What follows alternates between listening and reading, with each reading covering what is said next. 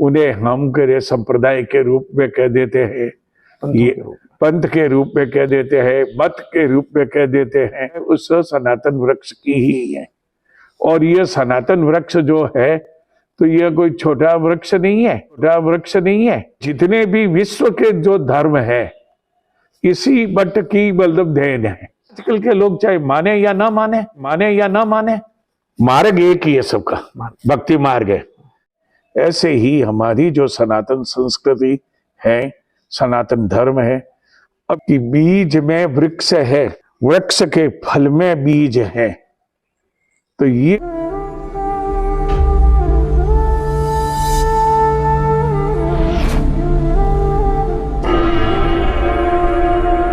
जय सनातन।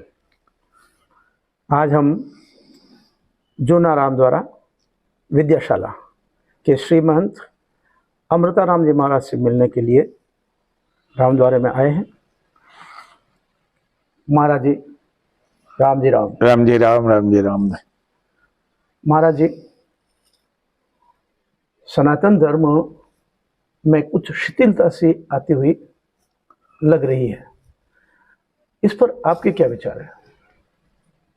सर्वप्रथम मैं मेरे गुरु राम गुरुदेव के चरणों में प्रणाम करता हुआ इस विषय में, सनातन संस्कृति सनातन धर्म के विषय में कुछ बातें कहना चाहता हूं। सनातन का स्वरूप वर्तमान समय में दिखाई दे रहा है। जैसे आप लोगों ने बट वृक्ष देखा है, मारवाड़ी में अगर कह दें तो बड़ लेखा पे, वो भी शाखाओं वाला। उस बट वृक्ष की छाया में कितने जीव पलते हैं, पोसते हैं और क्या क्या उनकी स्थिति रहती है, परंतु वह बट वृक्ष ही उनको संभालता है। ऐसे ही हमारी जो सनातन संस्कृति है, सनातन धर्म है, अभी आपने पूछा भी इसमें शिथिलता जो आई है, तो ये तो युग का जो परिवर्तनशील होने के कारण हमें जो थोड़ी ऐसी शिथिलता दिखाई देती है, परंतु नहीं। मैं एक उदाहरण के रूप में आपको कहता हूं कि बीज में वृक्ष है, वृक्ष के फल में बीज है। तो ये बीज का जो करे स्वरूप कैसा है, बट वृक्ष का जो बीज है, जैसे अपनी मारवाड़ी भाषा में कहते हैं उसके फल को गुलर, और गुलर में मतलब जो करे वो फल है, उसमें बारीक बारीक छोटे छोटे जो जितने भी दाने दिखाई देते हैं, यही इस बट वृक्ष का जो बीज है। और इससे करे अगर कोई हमारी जो करे छोटी से छोटी चींटी अपने मुख में चुगकर ले जाती है, तो वह जहां भी उस बीज को मतलब छोड़ती है तो वहां बट वृक्ष तैयार हो जाता है, अंकुरित हो जाता है। और रही बात कि यह मतलब जितना छोटा बीज है और उसका जो वृक्ष है वह विशाल रूप में है, जिसे हम शाखा बट कहते हैं, शाखाओं वाला, उनकी कहते शाखाएं निकली।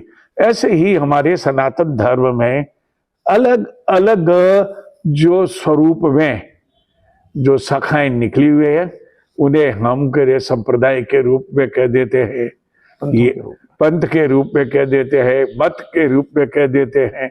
और ये जो मतलब जो शाखा है उस सनातन वृक्ष की ही है।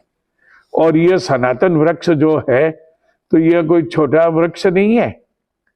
ये जितने भी विश्व के जो धर्म है इसी बट की मतलब देन है, इसी बट वृक्ष की।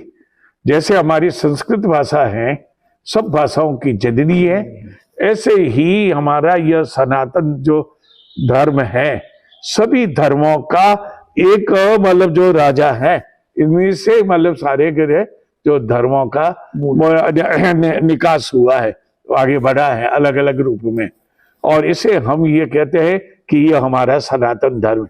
आजकल के लोग चाहे माने या ना माने, किसी रूप में ले, हम ये है, हम ये हैं, ये हैं, परंतु बीज किसका है ये देखना है हमें। तो बीज कहां से आया, तो आप फल खाओगे, बिना फल बीज वाला फल तो कोई ऐसे है नहीं। जैसे अंगूर ले लीजिए, अंगूर में भी आप सूक्ष्म दृष्टि से देखिए तो उसमें भी बीज मिलेगा।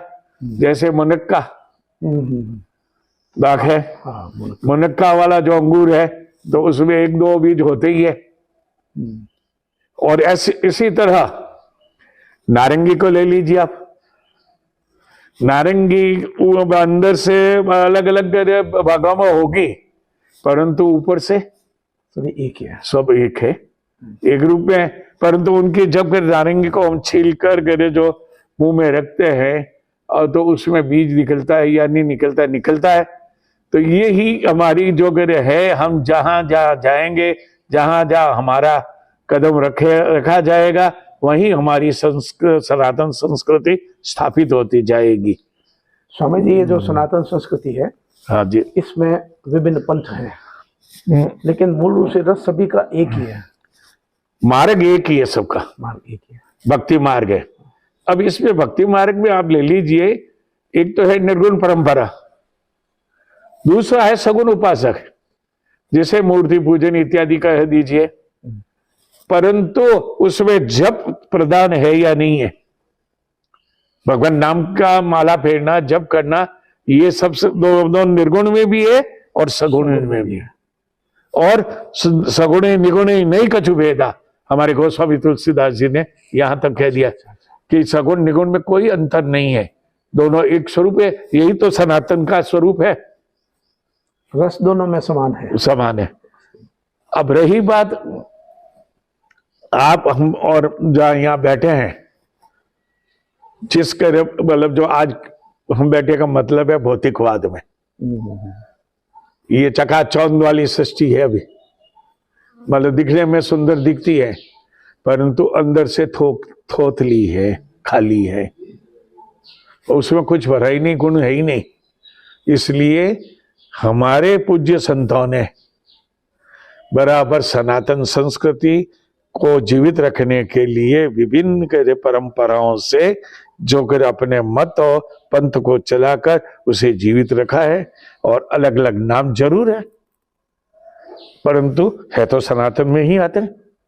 मूल भाव एक है, व्याख्या भेद है, व्याख्या भेद है, जैसे शाखाएं हैं अलग अलग, लेकिन है तो वट से मतलब जो कि शाखाएं हैं, जिनकी मतलब जो डालियां हैं तो डालियों पे करीब वो तो है ही अलग अलग रूप।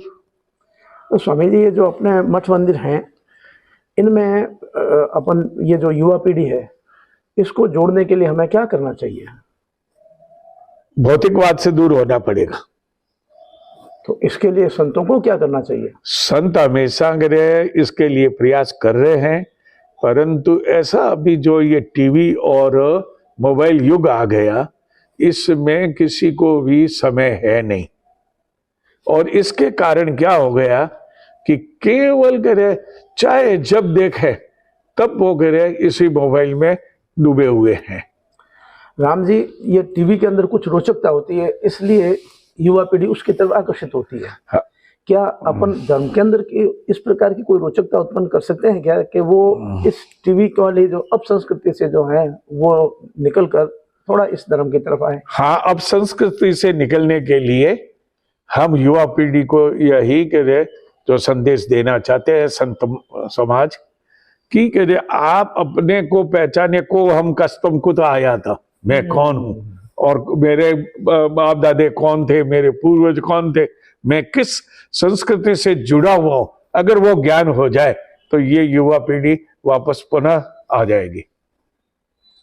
रही बात वर्तमान काल में के जो ये मेले खेले उत्सव, में उत्सवों में जो लोग जुड़ते हैं, वो उनका उत्साह दिखता है, वह सराहनीय है, परंतु अब संस्कृति से दूर रहने की संत हमेशा यही चर्चा करते हैं कि आप बुरे कर्मों से बचो, काम से, क्रोध से, लोभ से, माया से, राग द्वेष से बचे रहना, यह हमारा परम कर्तव्य है, जिसे हम 6 शत्रु कहते हैं। ये 6 शत्रु है, काम है। राम जी, इन दिनों अभी रामनवमी की शोभा यात्रा निकली और हमने ये देखा कि युवा पीढ़ी का बहुत जबरदस्त जोश था उसके अंदर, अब इस जोश को थोड़ा हम अध्यात्म की तरफ मोड़ें तो यह सनातन संस्कृति का प्रभाव जो है वो अगली पीढ़ी के अंदर जा सकेगा। इस पर मैंने अगर विचार किया, रामनवमी के दिन ही विशाल गहरे युवा का जो एकदम समूह देखा,